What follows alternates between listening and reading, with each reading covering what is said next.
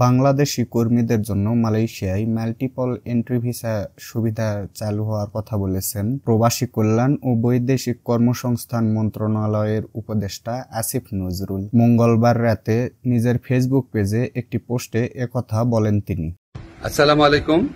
Malaysia প্রবাসী আমাদের বাংলাদেশে ভাই বোনরা আছেন, আপনাদের জন্য একটা খুব বড় সুখবর আছে।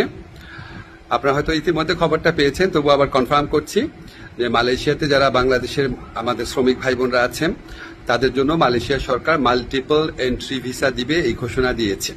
আসিফ নজরুল বলেন, মালয়েশিয়ায় আমাদের ভাই বোন যারা আছেন তাদের জন্য মালয়েশিয়া সরকার মাল্টিপল এন্ট্রি ভিসার সুবিধা চালু করেছেন এবং এটা অফিসিয়ালি কনফার্ম করা হয়েছে। তিনি আরো বলেন, যেসব বাংলাদেশি কর্মীদের এটি জারির আগে সিঙ্গেল এন্ট্রি ভিসা SEV এবং temporary employment visit pass PLKS issue করা আছে, তাদের নতুন করে মাল্টিপল এন্ট্রি ভিসা MEV আবেদন করতে হবে না। PLKS নবায়নের সময় MEV নিজ থেকে ইস্যু করা হবে বলে জানিয়েছেন তিনি। উপদেষ্টা বলেন, যেসব কর্মীদের সিঙ্গেল এন্ট্রি ভিসা ছিল এবং PLKS বৈধ আছে তারা এখন থেকে নতুন মাল্টিপল ভিসা ছাড়াই নিজ দেশে মালয়েশিয়া থেকে আসা যাওয়া করতে পারবেন। এ বিষয়ে মালয়েশিয়ার সকল আন্তর্জাতিক বিমানবন্দর ও স্থলবন্দরগুলোতে নোটিশের মাধ্যমে নির্দেশনা দেওয়া হয়েছে। আসিফ নজরুল বলেন, মালয়েশিয়া 15টি দেশ থেকে কর্মী নিয়ে থাকেন। এর মধ্যে কেবল বাংলাদেশি কর্মীদেরই মাল্টিপল